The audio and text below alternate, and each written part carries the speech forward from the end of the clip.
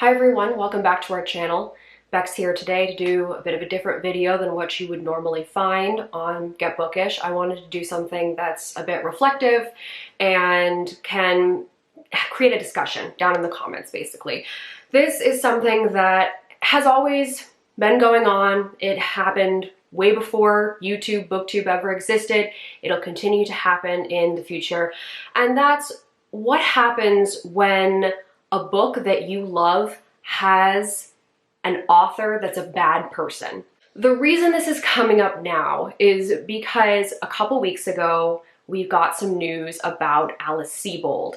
She is the author of The Lovely Bones. That's probably where you will most likely recognize her from if you're not sure who she is. And I read The Lovely Bones back in the day before this channel existed, and I loved it. It's on my list of favorite books on Goodreads, and so because I love The Lovely Bones so much, I decided to pick up her memoir, Lucky. And that's where the problem starts. So I read Lucky back in 2012, and it was actually about 9 years ago now, and I read the book, loved it, gave it 5 stars, and I filmed a review and put it up on the internet, and it still exists there today. And people are finding that video and commenting on it because they want to vent their frustration about some news that has come to light about Alice Sebold. So in the memoir Lucky, she is talking about her experience of being sexually assaulted when she was a student at Syracuse University. This was back in the early 1980s. And there's a lot in this story. If you want more details about like what actually happened with the case and everything, I will link a video by Jess Owens down below where she kind of goes through everything and where we are now. I'm just kind of going to focus on some specifics. When Alice was raped, she was not sure who the perpetrator was, and eventually, like 5 months later, she sees a black man on the street and she immediately thinks that it's him that did it, but she doesn't know who he is. She goes to the police. The police suggest someone as who it could possibly be. They put in a lineup, and she can't peg him in the lineup. She pegs a different person than the person she saw on the street, or thought she saw on the street. Through some police persuasion potentially, but also Alice herself, she decides to get up on the stand anyway in a court of law and peg Anthony Broadwater as the person who raped her. Fast forward to a few weeks ago, and Anthony is exonerated after spending 16 years in prison and having to be labeled as a sex offender his entire life from the moment of that trial until he was exonerated. Anthony Broadwater suffered greatly because of the justice system and Alice Sebold's decision. Now we have to remember that Alice Sebold is a victim as well. But just because she's a victim does not absolve her of the responsibility of what she did. Upon reading the article where it discussed all of this and sort of revealed how Anthony was exonerated, I started just getting this icky feeling in my stomach because I loved her book.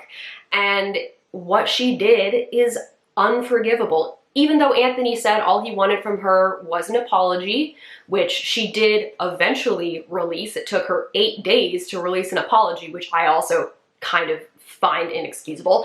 But even though Anthony only asked for an apology, no, like it's not right. It never will be right. There's nothing she could ever do to fully rectify what she did to ruin that man's life. She was not the only thing that ruined his life, but she still actively made that decision to get up on the stand. So how do you deal with that as a reader? When you've had this book in your life for 9 years, you've had The Lovely Bones in your life for even longer as books that you really enjoy, and how do you deal with that in your mind? I'm still trying to figure out how to deal with Alice Sebold's particular story because it is quite fresh, and the review that I did, I decided to leave it public because people are sort of using it as a space to just vent their anger. That book review that I did before the news dropped maybe had 1 view a week, whereas in the past couple weeks, the viewership went up 600% because people are searching for information about this. They want to know about the book and they're stumbling across this review. So as I'm filming this now, those comments are still coming in. There's conversations happening on there, people just venting their frustration. And in a way, it is an outlet for me as well to deal with the fact that Alice is not a good person. She made a decision to do something that is unforgivable. Another layer of this, for me at least, as someone who read Lucky, is thinking back on me reading that book 9 years ago. If I were to reread it now, what did I miss? Is there something I missed? Should I have picked up on the fact that something was weird here? Because it was so long ago since I read that book, I don't remember how the trial outcome portion of the book played out. From what I understand, the producer for a movie that was being made based on Lucky, he got the script and noticed how different it was from the book, and that's when he started to look into what was going on and sort of helped move this so Anthony could get exonerated. But I have to think about, when I read this book, were there signs there that I was missing? So there's that little bit of guilt that I have to live with as somebody who read this book and maybe didn't pick up on some things I should have. The issues around Alice Sebold are new, but another example of this that is not quite as new is J.K. Rowling. In 2020, it was around June, because I remember thinking it was Pride Month at the time, she started to really be open on Twitter and elsewhere about her anti-trans sentiment. She kind of revealed herself to be a TERF, which is a trans exclusionary radical feminist. So she's somebody that doesn't really think trans people should have rights. And when people reached out to her to try and start a discussion to maybe, teach her some things that she hadn't considered before, she doubled down and said nope. And since then, it seems like she's been tripling and quadrupling down. I unfollowed her on Twitter. At the time, I do not seek out any information from her. If I see anything else at this point about her, it's because I've accidentally stumbled across it. So I cannot speak to exactly where things are at this point in December 2021. But in June 2020, when that happened, it pissed me off. I was angry. And not only because she was spewing this rhetoric that is going to hurt people, but because she immediately ruined something that I loved. I grew up with Harry Potter. I was at a great age for when the books were being released, when the movies were being released. It was a big thing amongst my best friends, Leslie included, and it's just so frustrating to me that I can no longer enjoy something that I loved so much because J.K. Rowling is a bad person. It makes me so angry that she has tainted something that I love.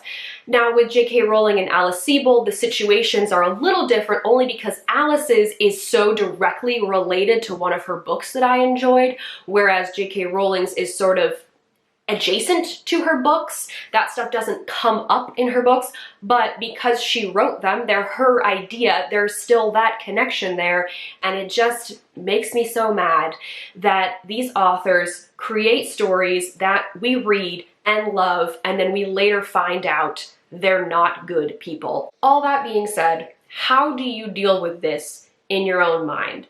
With Rowling, it was definitely a bit harder because it had been so much longer and Harry Potter was such a big part of my life that it was a lot harder to sort of step away. And one of the things that I have to do is just not mention her on this channel. I don't mention the books. This is the first time I believe that I have mentioned Harry Potter on this channel since she started spewing all of her hatred.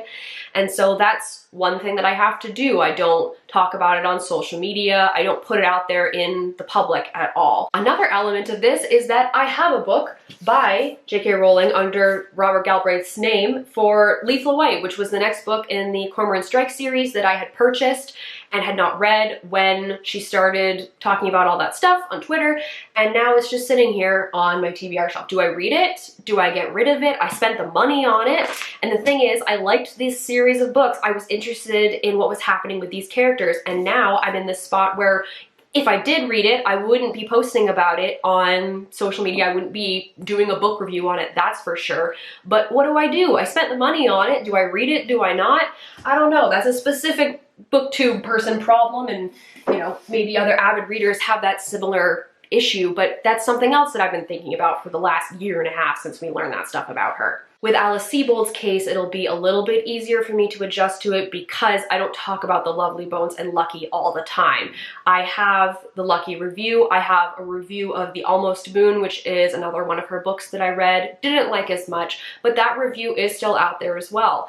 And so this one is going to be a little bit easier for me to step away from and just never mention again, but that icky feeling in my stomach is always going to be there whenever someone comments on one of my reviews or I see something about it online. So I now turn to you, the person watching this video, and ask, how do you deal with this sort of thing in your mind? You might not have the exact same cases as me, like Alice Sebold and J.K. Rowling might not be your specific version, but I know there are other authors out there who have done bad things, and maybe that was somebody whose book you really love. As somebody who makes videos and loves books, I also have to ask myself, what do I do with those authors' books? Do I keep them? Do I remove them from my physical shelves? What do I do with the Goodreads list? The fact that I still have Harry Potter, like the main 7 books, and I still have The Lovely Bones on my favorites list on Goodreads. Should I take them off? Should I leave them on there? There's this anger and this frustration there because I did love those books when I read them, but how do I enjoy them now?